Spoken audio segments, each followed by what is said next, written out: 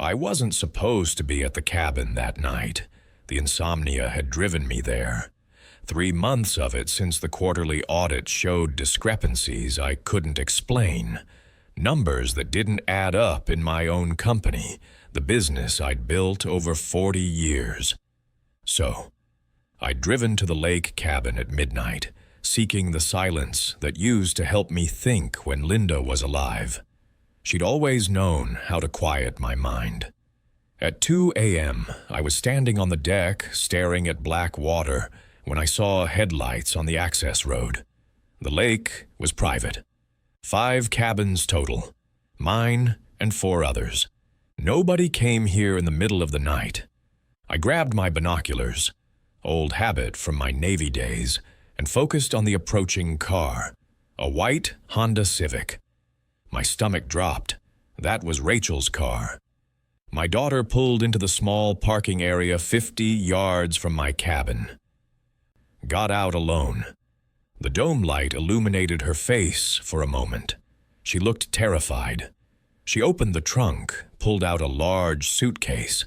Hard shell, the expensive kind, struggled with the weight.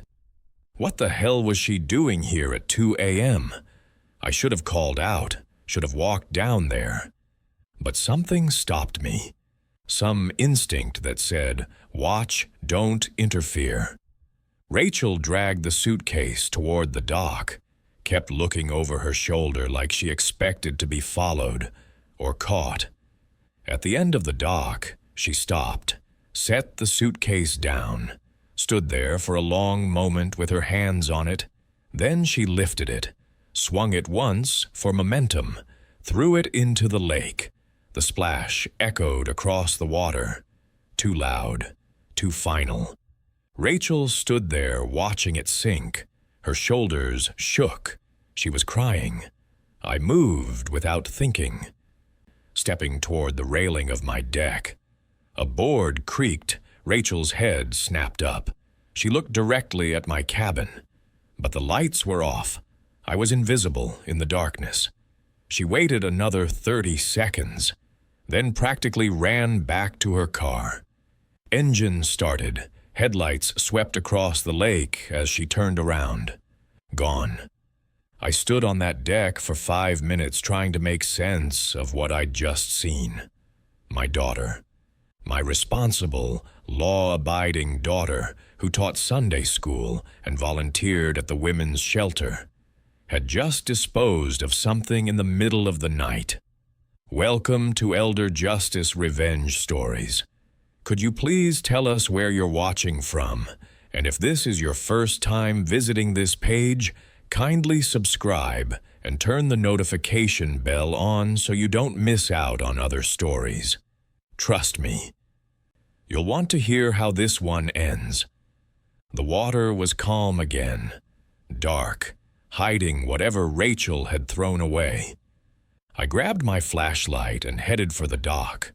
Whatever my daughter was hiding, I was about to find it. And some part of me already knew. Once I knew the truth, everything would change. I just didn't know how much. The dock was still wet where the suitcase had hit the water. I shined my flashlight down. The lake was 15 feet deep here, crystal clear even at night. And there, sitting on the rocky bottom, was the suitcase. White, hard shell, expensive brand, the kind that cost $300. Why would Rachel throw away an expensive suitcase in the middle of the night, unless what was inside was worth more than $300? I went back to the cabin, found my diving gear in the storage shed. I'd been a recreational diver for 30 years. Taught Rachel to dive when she was 12, right here in this lake. The water was cold. Late September, maybe 60 degrees. I didn't bother with a wetsuit, just mask, tank, and flashlight. The descent took 30 seconds. The suitcase sat upright on the bottom like it was waiting for me. It was heavy, 40, maybe 50 pounds. I had to use both hands to lift it. On the surface, I dragged it onto the dock. Water poured from the seams, but the case itself was waterproof. Whatever was inside would be dry. My hands shook as I carried it back to the cabin, set it on the kitchen table, examined the locks. Not locked. Rachel hadn't locked it, because she didn't plan for anyone to find it. She'd thrown it into a lake at 2 a.m. I opened the case. Cash. Stacks of $100 bills. Vacuum sealed in plastic. Dozens of stacks, maybe hundreds of thousands of dollars. And beneath the money, documents, bank statements, financial records, flash drives in waterproof bags. I pulled out the first document. Crawford Construction letterhead. My company. A wire transfer authorization for $200,000 to an account I'd never seen before. Dated 6 months ago. My signature at the bottom. Except I'd never signed this document. Never authorized this transfer. I grabbed another document. Another transfer. $150,000. My signature again. Forged. Someone had been stealing from my company, creating false documents with my forged signature, moving money to accounts I didn't control, and my daughter had found the evidence, then thrown it in a lake. Either Rachel was involved in the theft, or she was protecting whoever was. I looked at my phone. 3:47 a.m. I called her number, straight to voicemail. I grabbed my keys. My daughter had some explaining to do. Rachel's house was 20 minutes from the lake. Every traffic light felt like an eternity. I pulled into her driveway at 4:13 a.m. The porch light was on. Lights in the upstairs bedroom, too. Derek's BMW was gone. I knocked. Hard. Didn't care if I woke the neighbors. Rachel opened the door, still dressed in the same clothes she'd worn to the lake. Dark jeans, long-sleeved black sweater despite the September heat. "Dad?" Her face went white. "What are you doing here?" "We need to talk, now." "It's 4 in the morning. Derek will be home soon." "Where is he?" "Working late. There's a project deadline." "Rachel." I stepped inside. "I was at the cabin tonight. I saw you." She went completely still. "Saw me what?" "Throw a suitcase in the lake. The suitcase I pulled out of the water an hour ago. The one full of cash and documents from my company." Her legs actually buckled. She grabbed the door frame to stay upright. "You weren't supposed to be there. You never go to the cabin on weeknights. You weren't supposed to." "Rachel, what the hell is going on?" She looked at the stairs. At the door. Anywhere but at me. I can't tell you. He'll know." "Who'll know? Derek?" She flinched at his name. Actually flinched like I'd raised my hand. "Baby, you're scaring me. Talk to me." "You weren't supposed to see that. You weren't supposed to know." Tears started flowing. "It's September. You never come to the cabin in September. You were supposed to be home." I couldn't sleep. The company audit. The audit. She laughed, bitter, broken. "Of course. The numbers don't add up, do they?" "No, they don't." "Rachel, what do you know about this?" She pulled up her sleeve.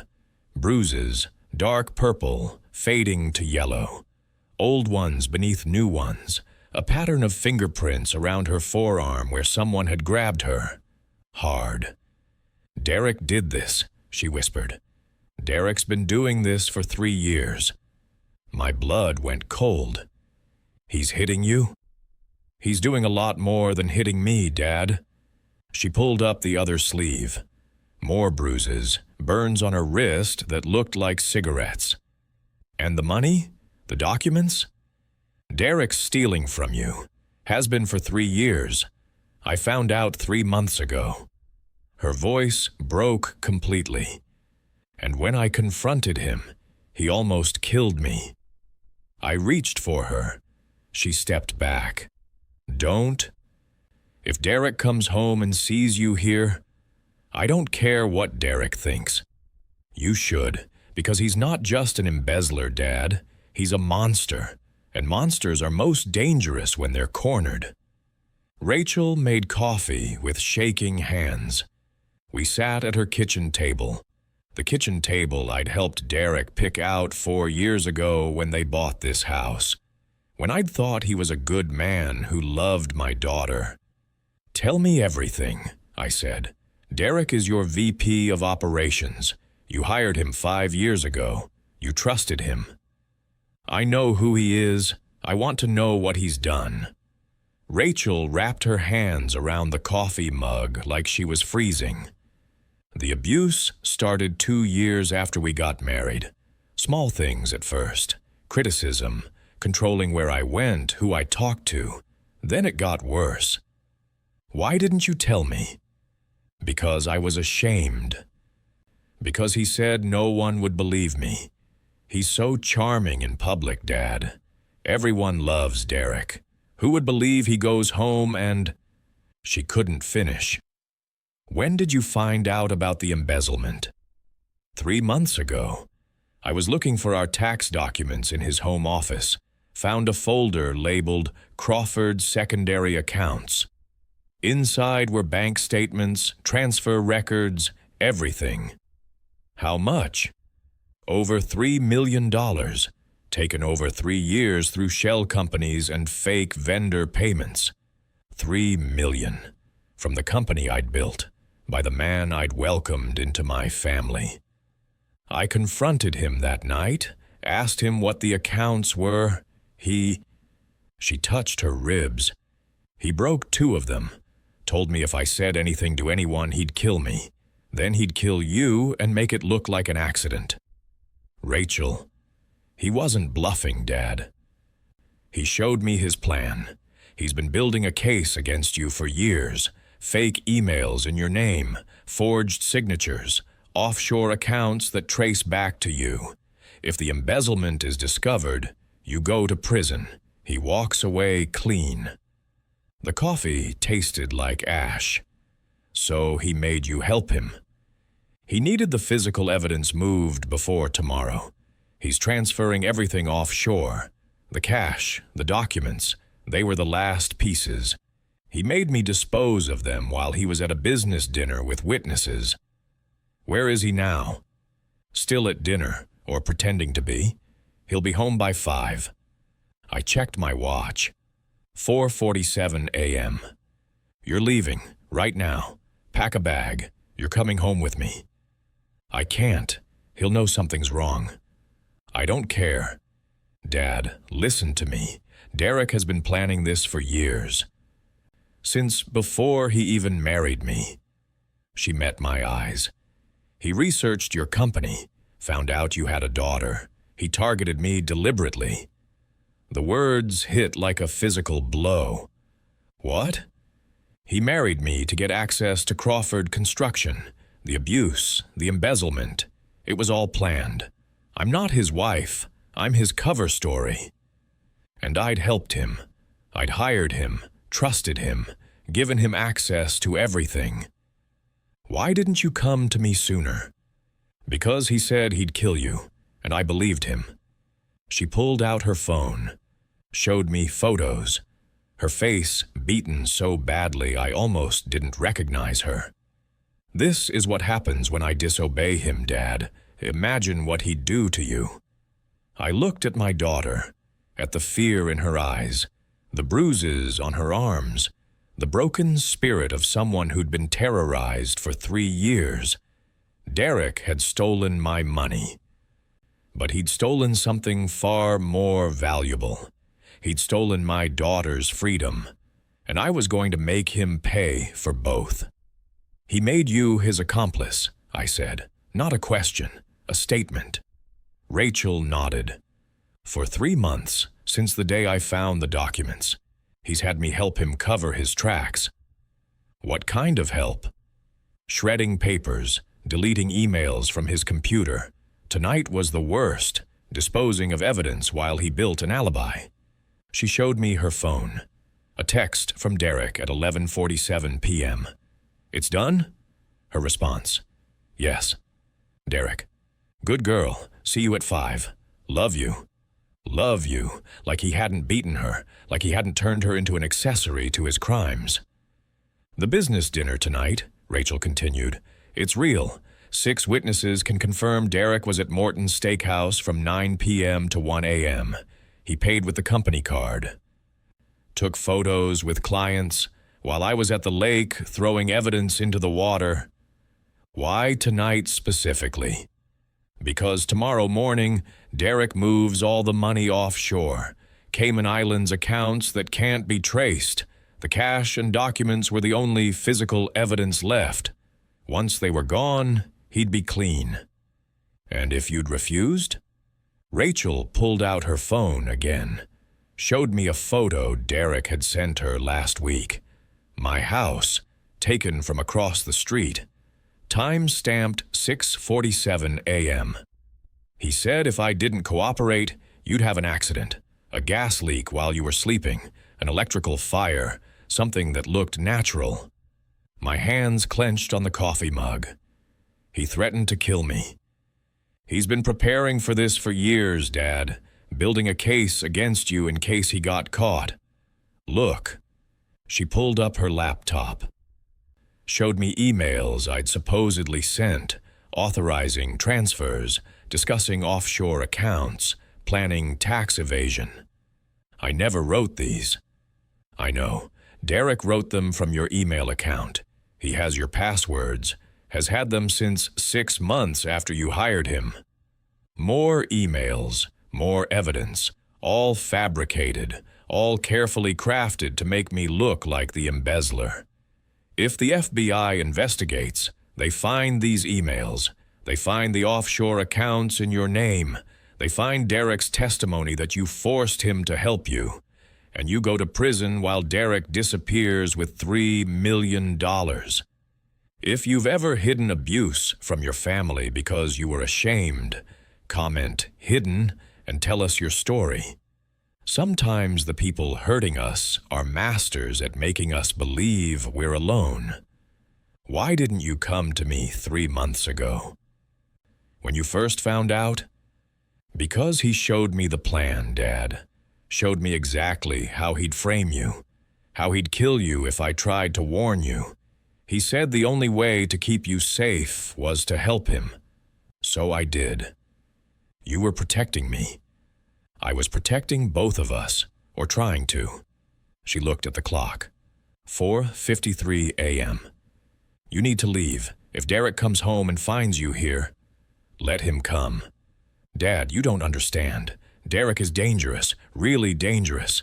This isn't just about money. What else is it about? Rachel pulled up her sleeve again. Fresh bruises I'd missed before. Control, power. He gets off on it. The embezzlement, the abuse, manipulating me into helping him. It's all about control. The front door opened. We both froze. Derek's voice called out, "Rachel." "Whose car is in the driveway?" Derek walked into the kitchen, still wearing his suit from the business dinner. He stopped when he saw me. "Thomas, this is unexpected." His smile was perfect, charming, the smile that had fooled me for 5 years. "Is everything all right?" I couldn't sleep, came by to see Rachel. At 5 in the morning? Derek's eyes moved to Rachel, assessing, calculating. That's unusual. Rachel stood up, putting herself between us. Dad was at the lake cabin. He was worried about me. Why would he be worried? Derek walked to the coffee pot, poured himself a cup like this was normal, like my daughter wasn't covered in bruises he'd given her. "How was the dinner, by the way? Did you get home okay?" She was meant to say yes, to confirm she'd disposed of the evidence, to lie for him while I sat right there. "It was fine," Rachel said. "And the thing I asked you to do? Done." Derek smiled, kissed her forehead. She went rigid at his touch. "That's my girl. See, Thomas, your daughter is very helpful, very capable. I'm sure she is. You know, I've been meaning to talk to you about the quarterly audit. Derek sat down at the table, relaxed, in control. There are some discrepancies I think we should discuss, some concerning patterns.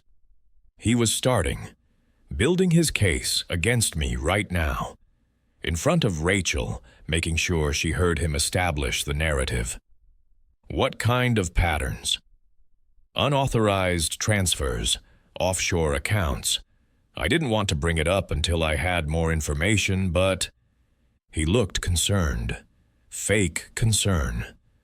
Thomas, I'm worried someone might be embezzling from the company. Really? Who? I don't know yet. But I promise you, I'll get to the bottom of it. I wanted to grab him, slam him against the wall, make him confess everything. But Rachel's terrified eyes stopped me. If I confronted Derek now, he'd destroy the evidence against himself, frame me, and probably kill us both. I appreciate that, Derek. Keep me posted.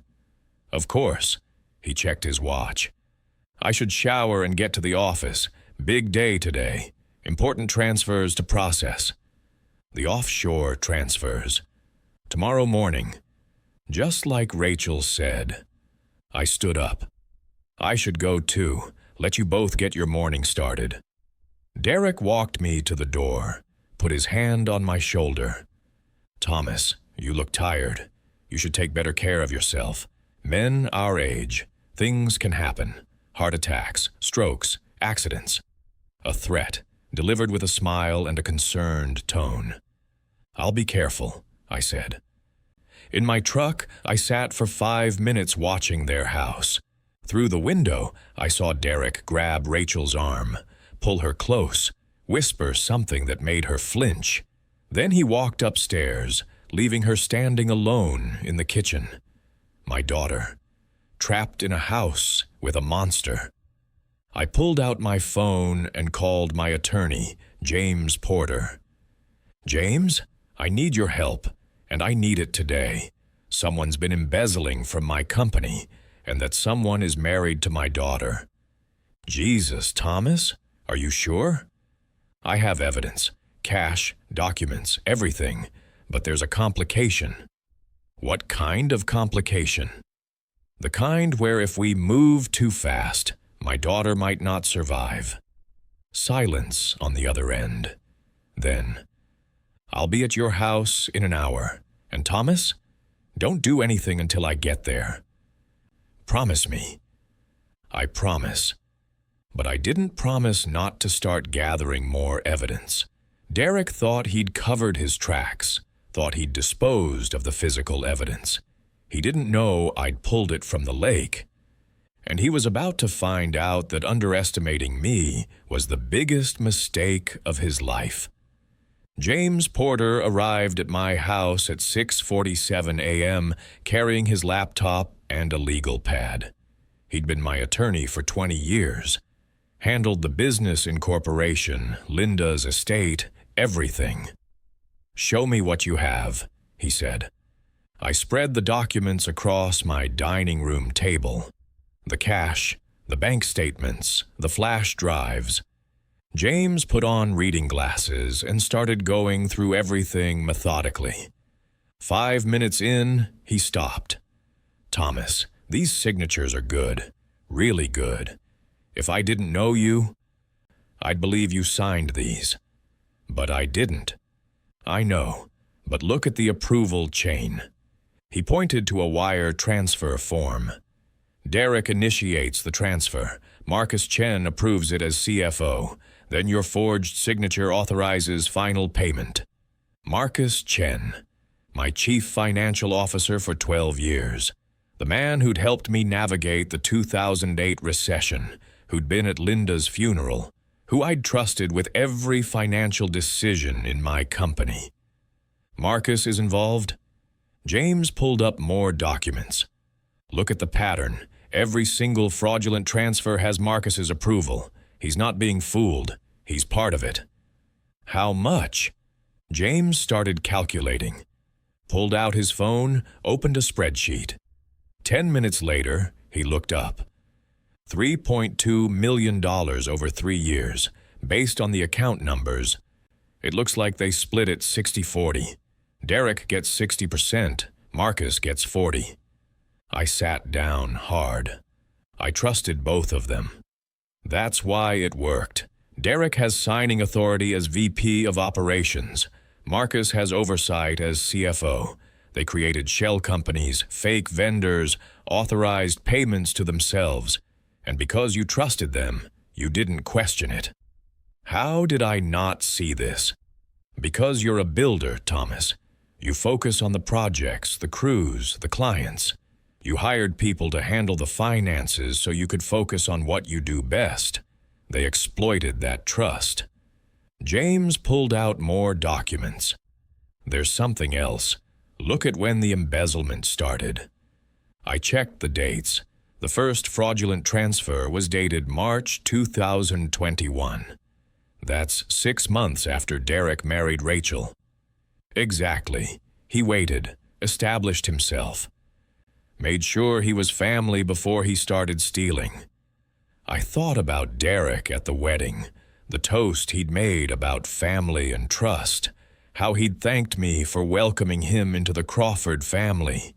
He'd been planning this even then, calculating how long to wait before he started stealing from me. What about Marcus? Why would he risk everything?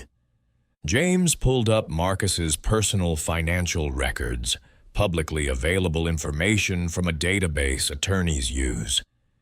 Gambling debts, about $500,000 3 years ago, right when the embezzlement started. Derek recruited him. Or Derek researched your company, found out your CFO had financial problems, and made him an offer. My phone buzzed, a text from Rachel. Dad, are you okay? Derek asked me why you were really here this morning. I replied, I'm fine. Don't worry. But I was far from fine. The 2 men I'd trusted most in my company had been systematically stealing from me for 3 years, and one of them was using my daughter as a hostage to get away with it. I need you to investigate Derek's background, I told James. Everything. Where he worked before, where he went to school, everything. I'll hire a private investigator, should have results by tonight. I need it faster than tonight. Derek's moving money offshore this morning. We're running out of time. James made a call. I have someone who owes me a favor, former FBI. She can pull records in hours, not days. While we waited, I looked at Derek's employment file from my company, the resume he'd submitted 5 years ago. Cornell University, business degree, 10 years at Sterling Construction in Boston, VP of Operations.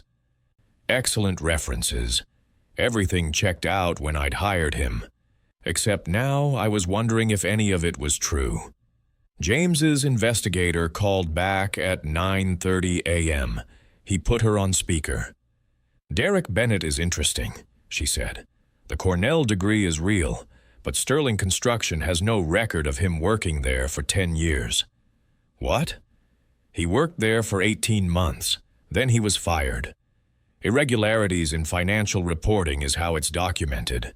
No charges filed because the owner didn't want the publicity. And before Sterling? Minneapolis. Worked for Hanson Development. Engaged to the owner's daughter, Patricia Hanson. Engagement was broken suddenly. Patricia filed for a restraining order shortly after. It was sealed. But my source says it involved domestic violence and financial manipulation. Rachel wasn't Derek's first victim. He'd done this before. Anything else? Before Minneapolis, he was in Atlanta using the name Derek Brennan, not Derek Bennett. Different social security number. That identity was abandoned 7 years ago after a fraud investigation. Derek wasn't just an embezzler. He was a professional con artist who changed identities and targeted families with money. If you've ever discovered someone targeted your family member for money, comment "targeted" and share what happened. Sometimes the predators are the ones who seem most trustworthy. "How did he get hired at my company with fake references?" I asked. The references were real phone numbers, but they weren't actually Sterling Construction. They were burner phones, Derek's associates answered. You called, they confirmed his employment, you hired him. Jesus Christ. There's one more thing. Derek researched Crawford Construction 6 months before he applied for the job. I found internet searches on his old laptop IP address. He looked up your company's revenue, your family structure, your daughter's social media profiles. He'd targeted Rachel deliberately. Found out I had a daughter, engineered a meeting at that charity event, made her fall in love with him, all to get access to my company. "Send me everything you have," James said. After the call ended, we sat in silence. "Derek is a professional," James finally said. "He's done this before. Probably multiple times. And he'll do it again if we don't stop him. The question is, how do we stop him without getting Rachel killed?" My phone rang. Unknown number. "Mr. Crawford, this is FBI Special Agent Sarah Morrison, White Collar Crime Division. Your attorney James Porter contacted me about an embezzlement case. I'd like to meet with you today." James had already called the FBI. "When?" "I can be at your house in an hour." An hour. Derek was probably at my office right now, preparing to move $3 million to the Cayman Islands. And I was about to bring the FBI down on him. But first, I had to make sure Rachel was safe. Because if Derek realized we knew, he'd kill her before we could arrest him. While waiting for Agent Morrison, I examined the suitcase contents more carefully. Laid everything out systematically like evidence at a crime scene. That's when I noticed them. Small yellow sticky notes attached to specific documents. Rachel's handwriting. One note on a bank statement. Started March 2021, 6 months after wedding. Another on a wire transfer. Derek's handwriting on original. Check security footage 3/15/21.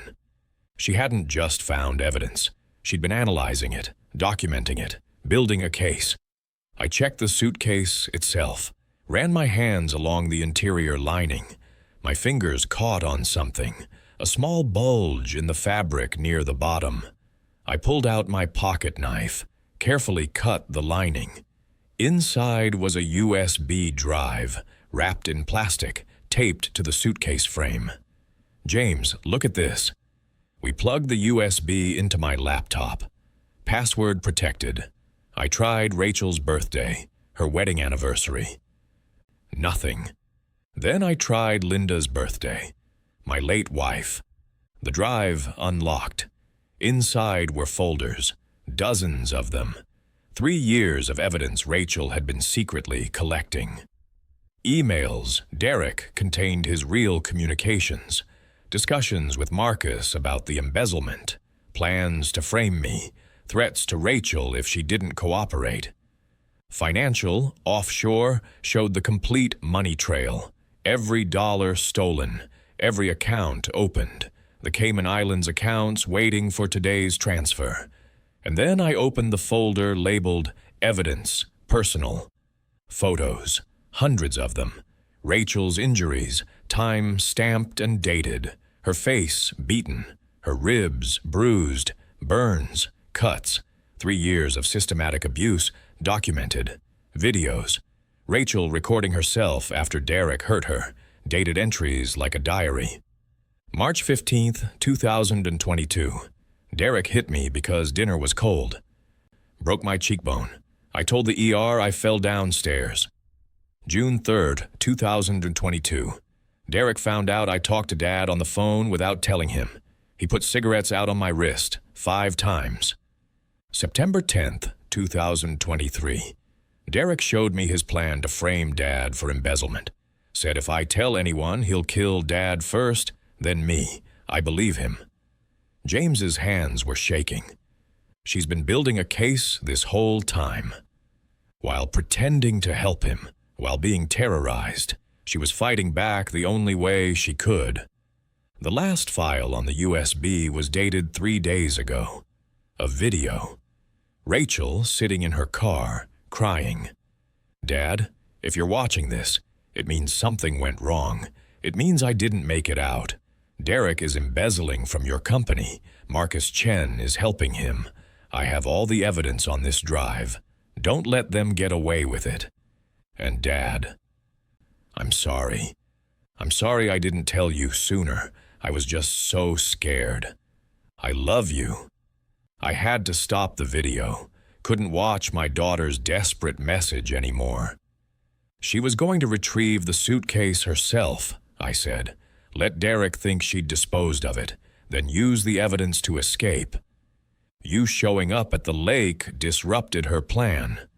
No, I saved her plan, because Derek would have killed her the moment she tried to leave. FBI Special Agent Sarah Morrison was younger than I expected. Mid-30s, sharp eyes, the kind of person who missed nothing. She sat at my dining room table and went through everything methodically. The cash, the documents, the USB drive contents. Didn't speak for 40 minutes. Finally, she looked up. This is one of the cleanest embezzlement cases I've ever seen. Everything documented. Paper trail, electronic trail, witnesses, evidence of planning and intent. Derek Bennett is looking at 15 to 20 years federal prison. When can you arrest him? That's the problem. If we arrest him now, based on evidence you retrieved from a lake, his attorney will claim it was planted, that you're framing him because you're the actual embezzler. But the USB was hidden in a suitcase your daughter threw away. Derek's lawyer will argue she was helping you dispose of evidence, that you coached her to create this abuse narrative to deflect from your crimes. James leaned forward. So, what do? We need to catch Derek in the act, get him on record moving money, prove he has knowledge of and access to the offshore accounts. Make his guilt undeniable. He's transferring everything this morning, probably right now. Agent Morrison checked her watch. 10:47 a.m. Then we're already behind. If he moves that money offshore, recovery becomes infinitely more complicated. So we lost? Not necessarily. We can freeze the offshore accounts once we have proof Derek controls them, but we need him to incriminate himself. She pulled out a surveillance device. This is a wire, small enough to be undetectable. You want me to wear it? Confront Derek? No. I want Rachel to wear it. Get Derek talking about the offshore transfer, about the embezzlement, on tape, in his own words. Absolutely not. He'll know. He'll hurt her. Mr. Crawford, Derek is going to hurt her anyway. The moment that money is safely offshore, Rachel becomes a liability. She knows too much. She's seen too much. He'll either kill her or disappear and leave her to take the fall. I looked at James. He nodded grimly. Sarah's right. Derek's endgame always included getting rid of Rachel, either through murder or by framing her as an accomplice. If you've ever had to be brave when you were terrified, comment courage and tell us how you found the strength. Sometimes the hardest choice is the only choice that leads to freedom. Rachel won't do it. She's terrified of him. Then we need to give her a reason to be brave. Agent Morrison pulled out photos of Derek's previous victims, Patricia Hansen in Minneapolis, another woman in Atlanta. Derek has done this before. He's a serial abuser and con artist. The woman in Atlanta, She didn't survive. Accidental overdose 6 months after Derek left town. Jesus Christ. If we don't stop Derek now, Rachel will either end up dead or in prison for crimes he committed. Those are her only 2 options unless she fights back. How do we protect her? We wire her. She goes home, acts normal, gets Derek talking about the transfer. We record everything. The moment he incriminates himself, we move in with tactical teams. Derek gets arrested before he can touch her. And if something goes wrong, we have agents positioned outside her house. Any sign of violence, we breach immediately. But Mr. Crawford, I need you to understand, this is risky. Derek is dangerous. If he suspects Rachel is working with us, he will hurt her. Then we don't give him a reason to suspect. My phone buzzed. Text from Rachel. Dad, Derek is asking questions about why you were really here this morning, about what we talked about. I think he knows something's wrong. Agent Morrison read the text over my shoulder. We need to move now, before Derek's suspicion turns into action. How do we convince Rachel to do this? We don't. You do. You're her father. If anyone can give her the courage to fight back, it's you. I called Rachel. Meet me at Linda's grave. 30 minutes. Come alone. Tell Derek you're visiting your mother's memorial. Dad, I don't think... Rachel, trust me. One more time. Just trust me. Silence. Then, okay, 30 minutes. Agent Morrison stood. I'll have a team in place. Surveillance, tactical support, everything. But Mr. Crawford, you need to prepare yourself. We're asking your daughter to walk back into a house with a man who's beaten her for 3 years. And we're asking her to make him angry enough to confess. I know what we're asking. Do you? Because if this goes wrong, Rachel doesn't get a second chance. I looked at the photos of my daughter's injuries, at the video where she apologized for not being brave enough to tell me sooner. My daughter has been brave for 3 years. She's been surviving. Now we're giving her the chance to do more than survive. We're giving her the chance to be free. And I was going to make damn sure Derek Bennett paid for every bruise, every threat, every moment of terror he'd put my daughter through. Starting today. Rachel met me at Linda's grave in the cemetery where we'd buried my wife 4 years ago. The same cemetery where Rachel had stood beside me, holding my hand while I fell apart. Now she was the one falling apart. Dad, what's going on? You sounded scared on the phone. Agent Morrison stepped out from behind her surveillance van parked 50 yards away. Rachel tensed. This is FBI Special Agent Sarah Morrison, I said. She's investigating Derek for embezzlement. FBI? Rachel's voice was barely a whisper. No, you can't. Derek will know. He'll kill you anyway, Agent Morrison said bluntly. The moment that money hits the offshore accounts, you become a liability. He's either going to murder you or frame you as his accomplice. She's right, baby, I said. We found everything. The USB drive you hid in the suitcase, the evidence you've been collecting for 3 years. You were planning to escape, weren't you? Rachel's eyes filled with tears. I was going to retrieve the suitcase next week, after Derek thought it was gone for good. Use the evidence to get a restraining order and file for divorce while he was out of town. That would have gotten you killed, Agent Morrison said. Derek has murdered before. A woman in Atlanta made it look like an overdose. Rachel went pale. He told me about her, said she tried to leave him, and look what happened. I thought he was just trying to scare me. He was confessing, threatening you with your own murder. Agent Morrison pulled out the wire. We need Derek on tape admitting to the embezzlement, describing the offshore transfer. We need him to incriminate himself so thoroughly that his lawyer can't claim you or your father planted evidence.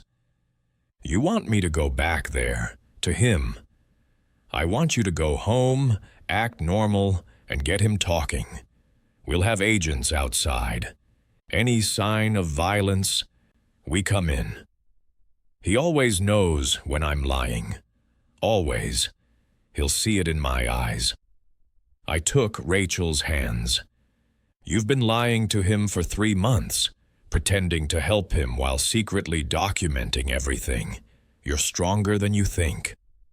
Dad, I'm so scared. I know, but this is the only way you get free. Rachel looked at her mother's gravestone. Mom would tell me to be brave, wouldn't she? Your mother was the bravest person I ever knew, and you're just like her. If you've ever had to be brave when you were terrified, comment courage and tell us how you found the strength. Sometimes bravery isn't the absence of fear. It's doing what must be done despite the terror. Rachel wiped her eyes, made a decision. Wire me. Tell me exactly what to say, but I have one condition. What? When Derek confesses, when you have him on tape, I want to be there when you arrest him. I want him to see my face and know I beat him.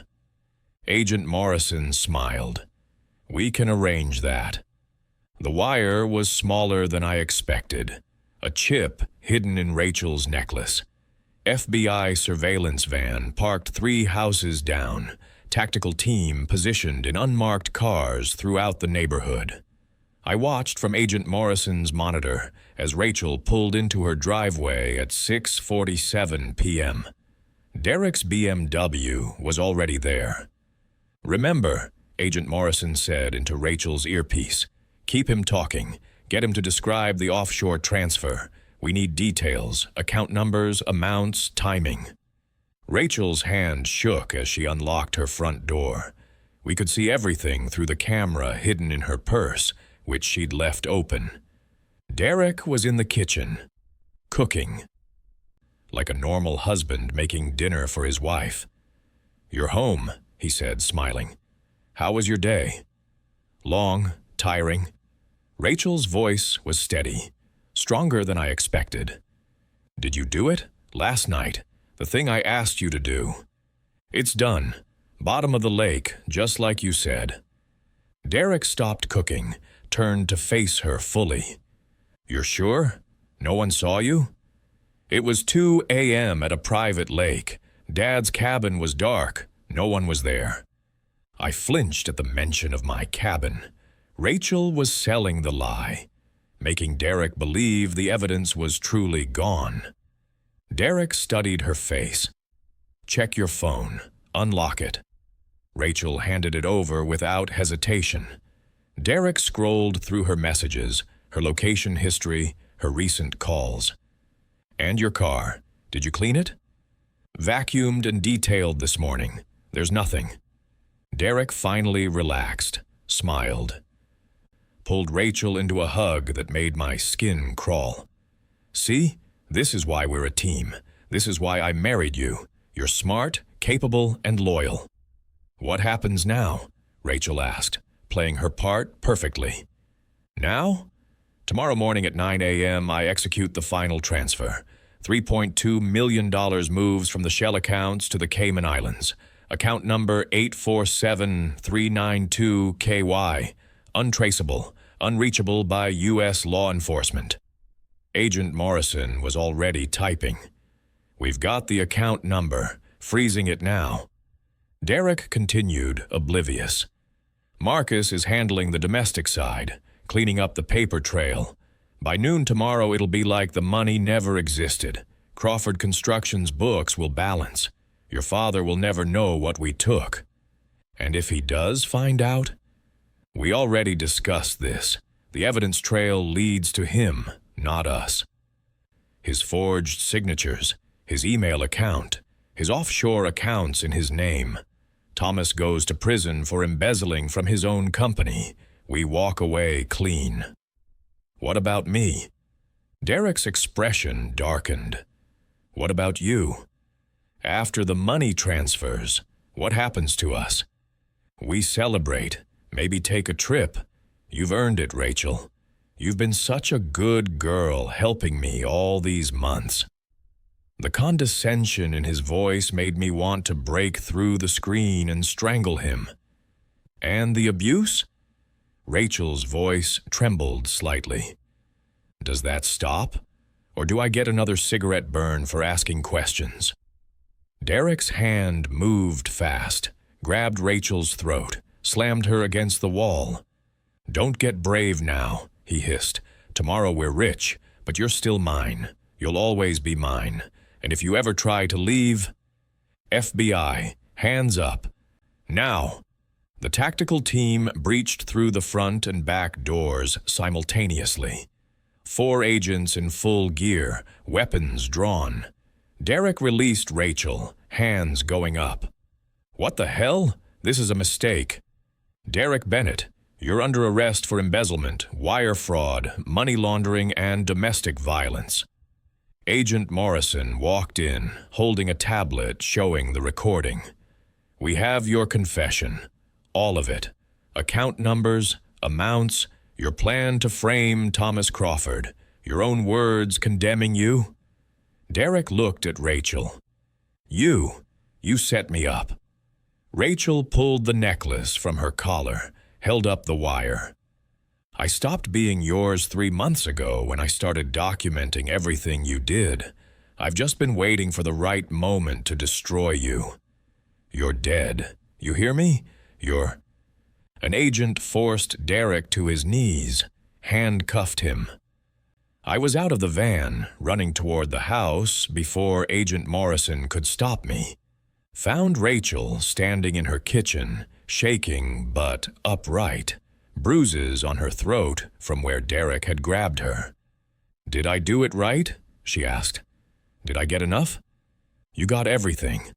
I pulled her into my arms. You got him. It's over. Rachel collapsed against me. It's really over? It's really over. Through the window, I watched Derek being loaded into an FBI vehicle, his perfect mask finally shattered. The predator caught, the con artist exposed, and my daughter, after 3 years of terror, was finally free.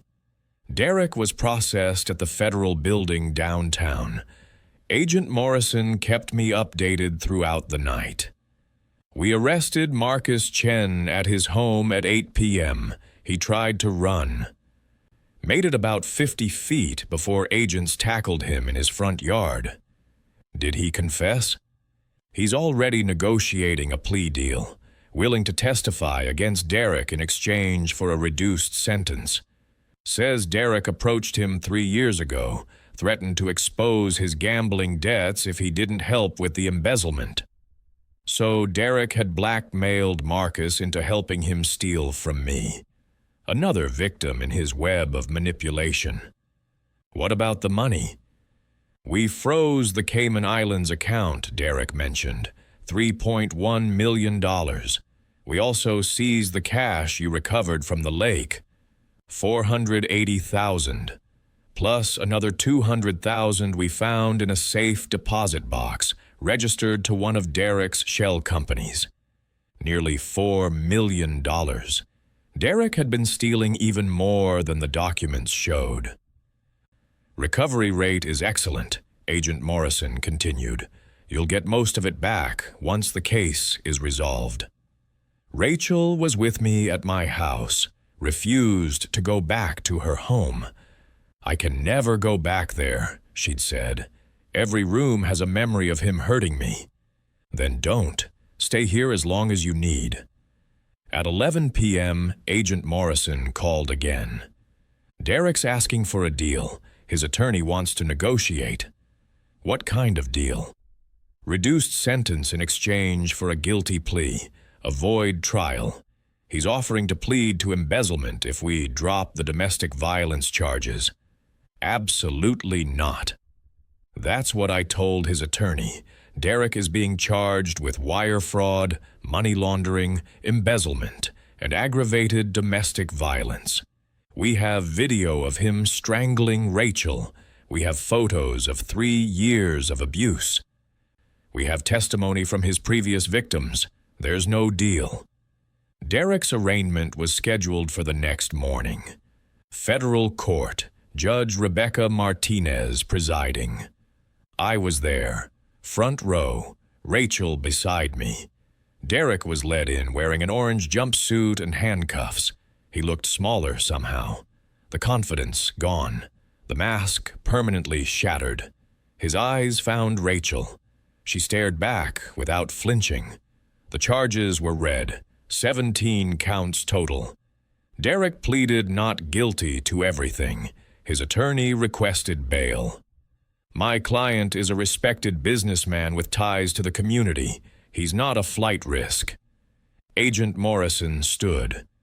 Your Honor, the defendant has multiple aliases, offshore accounts, and a history of fleeing jurisdictions before charges can be filed. He's an extreme flight risk. We request he be held without bail. Judge Martinez reviewed the evidence. Bail denied. Mr. Bennett will remain in federal custody pending trial. Derek's face went pale. You can't. This is wrong. I've been set up. Thomas Crawford is the real... That's enough, Mr. Bennett, the judge said. You'll have your opportunity to present your defense at trial. As Derek was led away, he looked at Rachel one more time. She gave him nothing. No fear, no tears, just cold, satisfied justice. Outside the courthouse, reporters swarmed us. Mr. Crawford, how does it feel to know your son-in-law was stealing from you? My daughter is safe. That's all that matters. Rachel, do you have a statement about the domestic violence charges? Rachel stepped to the microphone. For 3 years, I was too afraid to speak. Derek Bennett terrorized me, abused me, made me believe I deserved it. Today, I want other victims to know you don't deserve it, and you can escape. It took the FBI and my father to save me, but I helped save myself by documenting everything. If you're in an abusive relationship, document it. Tell someone. Don't wait like I did. The trial began 4 months later. Federal prosecutors built an airtight case. Derek's attorney tried everything, claimed the offshore accounts were opened by me, that I'd forced Derek to help me embezzle my own company, that Rachel was lying about the abuse to help me frame her innocent husband. Then the prosecution presented the evidence. The USB drive Rachel had hidden, 3 years of documentation, Derek's own emails describing the embezzlement in detail, communications with Marcus about framing me.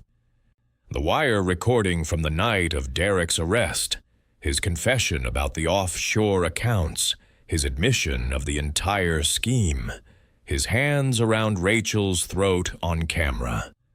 Dr. Elizabeth Warren, the ER doctor, testified about treating Rachel over 3 years.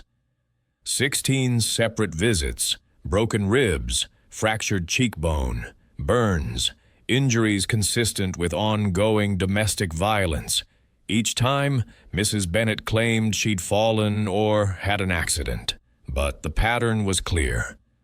Patricia Hansen, Derek's ex-fiancée from Minneapolis, testified via video. Derek isolated me from my family, controlled my finances. When I found evidence he was stealing from my father's company, he beat me unconscious. I got a restraining order and left town. I was too afraid to press charges. The woman from Atlanta couldn't testify. She was dead. But her sister spoke for her. Derek told my sister if she ever tried to leave him, she'd regret it. 3 months later, she died of an accidental overdose. I never believed it was an accident. Now I know it wasn't. The jury heard it all. Every crime, every victim, every manipulation. Derek took the stand in his own defense, tried to charm the jury like he'd charmed everyone else. I loved Rachel. I would never hurt her. Those injuries, she was clumsy, accident-prone. I tried to help her, but Thomas Crawford hated me. He wanted to destroy our marriage. The prosecutor played the wire recording. Derek's voice, clear as day. "You're still mine. You'll always be mine." "Mr. Bennett, does that sound like love to you?" Derek had no answer. Marcus Chen testified against him, described how Derek had recruited him, threatened him, made him complicit in the embezzlement. Derek said if I didn't help him, he'd expose my gambling debts and make sure I never worked in finance again. I was weak, I helped him, and I've regretted it every day since. The trial lasted 3 weeks. The jury deliberated for 6 hours. Guilty. On all 17 counts. Derek showed no emotion as the verdicts were read, just stared straight ahead like he couldn't believe his con had finally failed. Sentencing came 2 weeks later. Judge Martinez looked at Derek with undisguised contempt. "You are a predator. You target vulnerable people, exploit their trust, and destroy their lives for money. You've shown no remorse, no accountability, only arrogance and manipulation." For the embezzlement and fraud charges, 15 years federal prison. For the money laundering, 8 years, to run consecutively. For the domestic violence charges, 8 years, also consecutive. Total sentence, 31 years in federal prison, no possibility of parole for 25 years. Derek was 57 when he'd be eligible for parole. An old man, broken, powerless, the same way he'd made Rachel feel for 3 years. 6 months after Derek's sentencing, I stood in my kitchen watching Rachel make coffee. Real coffee, not the instant stuff she'd survived on while living in fear. She'd moved back into my house temporarily. "Just until I figure out my next steps," she'd said. But I hoped she'd stay longer. The house had been too quiet since Linda died. Having my daughter here made it feel like a home again. "I got the divorce papers yesterday," Rachel said. "It's official. I'm no longer Rachel Bennett. Just Rachel Crawford." How does that feel? Like I can breathe again. The stolen money had been recovered. Crawford Construction was whole again. I'd even gotten interest on what had been sitting in offshore accounts. Marcus Chen pleaded guilty and received 10 years. He'd shown genuine remorse, helped recover funds, testified against Derek. The judge had been lenient. Rachel started therapy 3 times a week. PTSD, the therapist said, from 3 years of sustained abuse. But she was healing, slowly. Learning to trust again, learning that not every man was Derek. "I got a job offer," she said one morning. "Marketing director at Preston Digital. It's a good company, good people." "You're leaving?" "Not leaving, just moving forward. I can't hide in your house forever, Dad." "You're not hiding. You're healing." "I've been healing for 6 months. Now I need to start living." She was right, and I was proud of her. The day Rachel moved into her new apartment, I helped her unpack. It was small, safe, hers. No memories of Derek, no fear. "Thank you," she said as I was leaving, "for believing me, for saving me, for not giving up even when I couldn't save myself." "You did save yourself, baby. You documented everything. You left clues. You survived. I just gave you the support to fight back. Do you think Mom would be proud of me? Your mother would be furious it took you 3 years to tell someone. But yes, she'd be incredibly proud of how you fought back." That night, I went to Linda's grave, told her about Rachel's new apartment, about the trial, about Derek rotting in prison. "I wish you were here," I said. "You always knew when something was wrong. You would have seen through Derek from day one. But Linda wasn't there, and I'd had to save our daughter alone. Except I hadn't been alone. Rachel had been saving herself the whole time, documenting evidence, leaving clues, planning her escape. The suitcase in the lake hadn't been Derek's idea. It had been Rachel's opportunity. She'd known I went to the cabin when I couldn't sleep, known I'd be there eventually, known I'd see her if she timed it right. She'd thrown that suitcase in shallow, clear water, in a spot visible from my deck.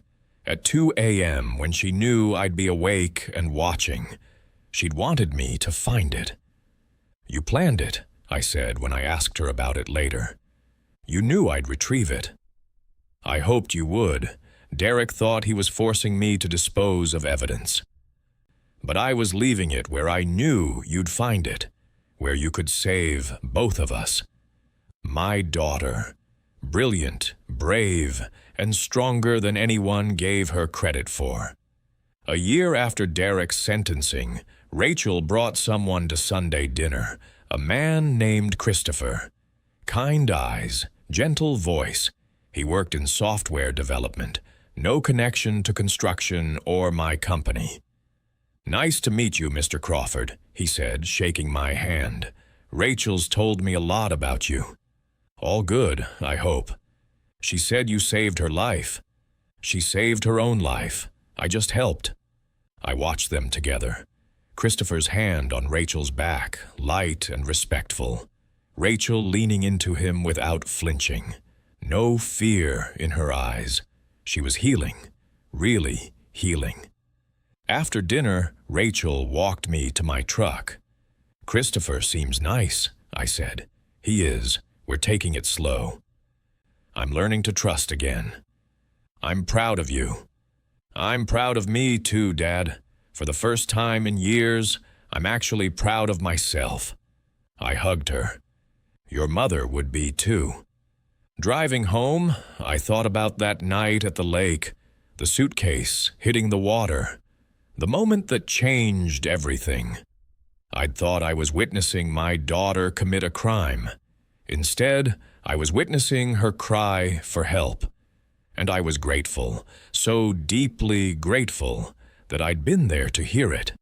If you found this story powerful and want to see more real-life accounts of surviving abuse, fighting back against corruption, and the courage it takes to expose the people who hurt us, please subscribe to Elder Justice Revenge Stories and turn on the notification bell. Your support helps us share stories that matter. Drop a comment below and let us know. Have you ever had to help someone escape an abusive relationship?